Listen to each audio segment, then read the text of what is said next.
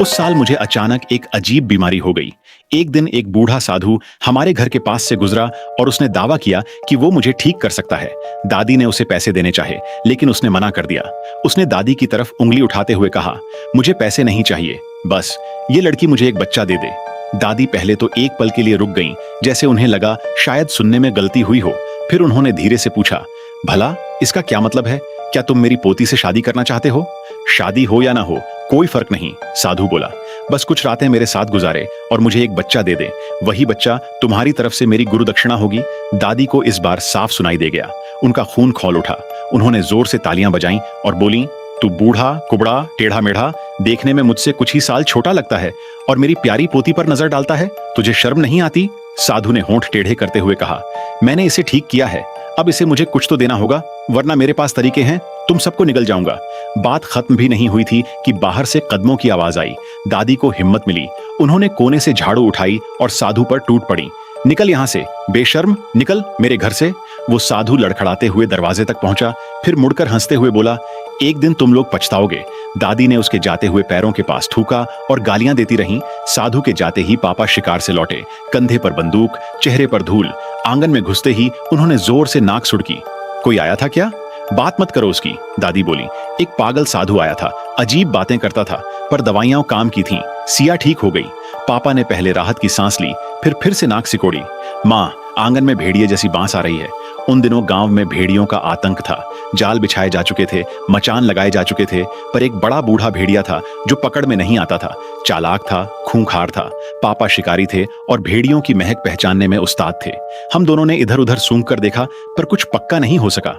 वो साधु था, कपड़े पहने थे, टोपी थी, चश्मा था, मैंने कहा। और उसके हाथ, उसकी आस्तीन से जो हाथ दिखे वो इंसान के ही लगे। पापा ने सोचते हुए कहा, वो चश्मा और टोपी शायद चेहरा छुपाने के लिए थे। फिर वो उठे और टॉर्च लेकर दोनों कुत्तों, कालू और भूरे, को साथ लेकर बाहर निकल गए। रात को दादी ने नमक वाले हड्डियों का खिचड़ा बनाया और मुझे चम्मच चम्मच पिलाती रहीं। मैंने पूरा एक बड़ा कटोरा पी लिया। खाना खत्म होते ही पापा लौटे। चेहरा सफेद पड़ा हुआ था। उन्होंने आते ही जमीन पर कपड़ों का एक गट्ठर पटक दिया। माँ, सिया, इन कपड़ों को पहचानती हो? आज वो साधु इन्हीं में था। दादी ने कांपते हाथों से कपड़े उठाए। एक फटी पुरानी साधु की धोती, एक वास्कोट, एक पुराना कंबल जैसा चोगा। दादी के हाथों से जैसे आग छू गई हो। उन्होंने चोगा झटक कर फेंक दिया। यही था, यही चोगा था उसने पहना हुआ। पापा ने दादी को संभाला और बिठाया। दादी ने उनकी बांह पकड़ ली। वो साधु कहाँ है अब? ये कपड़े कहाँ से मिले? कालू को मिले, गांव के बाहर जंगल के पास। माँ, उस गांव ने एक साधु को बुलाया था भेड़िया पकड़ने के लिए। आजकल में आने वाला था, मुझे लगता है वो आ गया था, पर रास्ते में ही बात अधूरी रह गई। तभी कालू अंदर आया और एक चीज जमीन पर पटक कर भौंकने लगा। एक कटा हुआ इंसानी हाथ था। यह उसी के साथ मिला जो आज साधु के हाथ दिखे थे।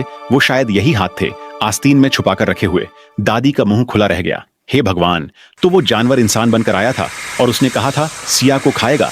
मैंने सोचा था भूखा होगा, पागल होगा, पर वो तो उसने सिया को ठीक किया था ताकि खा सके। पापा ने माथे पर हाथ मारा। अब समझ आया, उसने सिया को जहर से बीमार किया था, फिर ठीक करके एहसान जताया। शादी वाली बात तो बहाना था, असल में सिया की देह उसे चाहिए थी। तभी दरवाजे पर जोर से धड़धड़ाहट हुई। कालू और भूरा गुर्राते हुए दरवाजे की तरफ लपके। बाहर से आवाज आई, काका, मैं रमेश हूँ। काका जी, एक बार आना जरा, उस साधु की लाश मिल गई शायद। पापा ने मेरी तरफ देखा, फिर दरवाजे की तरफ। तुम्हें कुछ अजीब नहीं लगा रमेश की आवाज में? थोड़ी अजीब थी, पर शायद हवा की वजह से, शायद। पापा ने खाना खाया, फिर जाते जाते रुके और टॉर्च लेकर बाहर गए, लेकिन बस कुछ सेकंड में वापस आ गए। दरवाजा बंद करके कुंडी लगाई। चेहरे पर अजीब भाव था। माँ, रमेश ने लाश मिलने की बात कही, पर यह बात मैंने किसी को बताई ही नहीं थी। और अभी दरवाजे के बाहर की बर्फ में इंसान के पैरों के निशान नहीं थे, भेड़िए के पंजों के निशान थे। घर में सन्नाटा छा गया। और देखो, पूंछ ने निशान मिटाने की कोशिश की थी, पर पूरे मिटा नहीं पाया। दादी ने मुंह पर हाथ रखा। वो यहाँ आ गया, हमारे दरवाजे तक। माँ, अभी के लिए घर बंद रखो, मैं गांव के सरपंच को बताने जा रहा हूँ। सबको सावधान करना जरूरी है। पापा जाने से पहले भूरे को घर के अंदर छोड़ गए और एक दस्तक का कोड बताया। 3 बार तेज, 2 बार धीरे। बोले, जब तक यह कोड न सुनो, दरवाजा मत खोलना। पापा के जाने के बाद दादी ने दरवाजे की सभी कुंडियां लगाईं, आंगन में एक चक्कर लगाया, फिर अंदर लकड़ी जलाकर अंगीठी तेज कर दी। भूरा दरवाजे के पास बैठ गया, जैसे कोई चौकीदार। कुछ देर बाद गांव के लाउडस्पीकर पर पापा की आवाज आई, सबको सावधान करते हुए, घरों में बंद रहने को कहते हुए। पड़ोस में रहने वाले रमेश के चाचा, ब्रिजलाल काका और कुछ जवान शिकारी आपस में बातें करने लगे। अरे ये भेड़िया इंसान जैसी बोली बोले, ये तो मानते हैं, पर इंसान जैसी पूरी बातें करे, ये ज्यादा हो गया।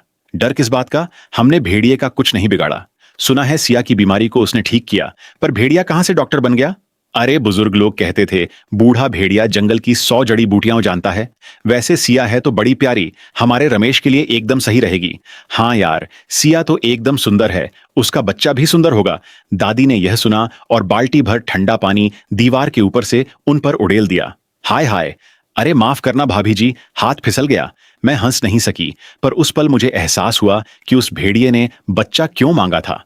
उसने इन शिकारियों की बातें सुनी होंगी। भेड़िए को नहीं पता कि इंसान का स्वाद कैसा होता है, इसलिए उसने सोचा होगा कि मैं जरूर बहुत स्वादिष्ट होंगी, और उन बातों से उसे लगा कि मेरा बच्चा भी सुंदर और होशियार होगा, इसलिए पहले बच्चा लेने की सोची। दादी ने भूरे को बुलाया और अंदर कर लिया।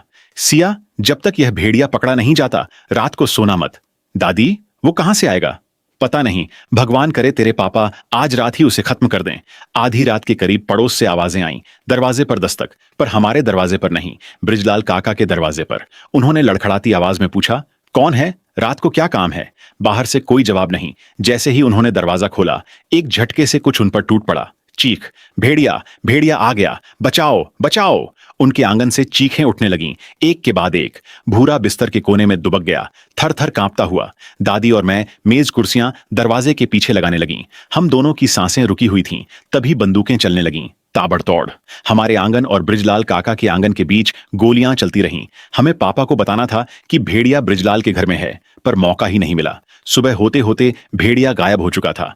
बृजलाल काका के घर में उन रात वाले कुछ शिकारियों की लाशें मिलीं। पापा सुबह थके हारे आए। माँ, उस रात मैंने हमारे दरवाजे के आगे कई जाल बिछाए थे, अगर वो यहां आता तो पकड़ा जाता, पर वो बृजलाल के घर गया, मुझे नहीं पता था। तो अब दूसरे गांवों में शिकारियों को ढूंढना होगा। दादी ने आंखें पोंछीं। बड़े लाल, क्यों ना हम कुछ दिन सिया के मामा रवि के घर चले जाएं? पापा का चेहरा और उतर गया। माँ, रवि भाई साहब ने मना कर दिया, उन्हें डर है कि हम भेड़िए को उनके घर तक ले जाएंगे। दादी ने कुछ नहीं कहा और